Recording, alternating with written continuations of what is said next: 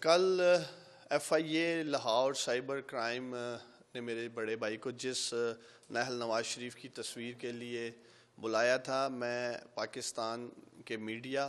اور پاکستانی قوم کے سامنے یہ بات رکھنا چاہتا ہوں کہ وہ نااہل نواز شریف کی جو تصویر تھی وہ پہلے سے ہی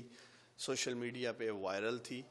اور میرے لیے بڑی ہی دلچسپ اور تعجب کی بات تھی کہ جب ہم نے دیکھا کہ وہ تصویر دسمبر کے مہینے میں جیو نیوز کے جو رپورٹر ہیں عمر چیمہ صاحب، ان کے آفیشیل اکاؤنٹ سے ٹویٹ کی ہوئی تھی انہوں نے،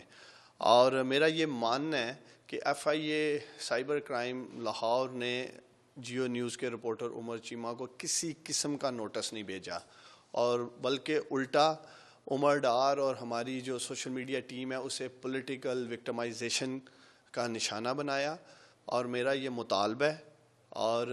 میں یہ مطالبہ رکھتا ہوں کہ ایف آئی اے نے اگر کسی قسم کا بھی نوٹس جیو نیوز کے رپورٹر عمر چیمہ کو بھیجا ہے تو وہ پبلک کیا جائے، میڈیا کو دکھایا جائے۔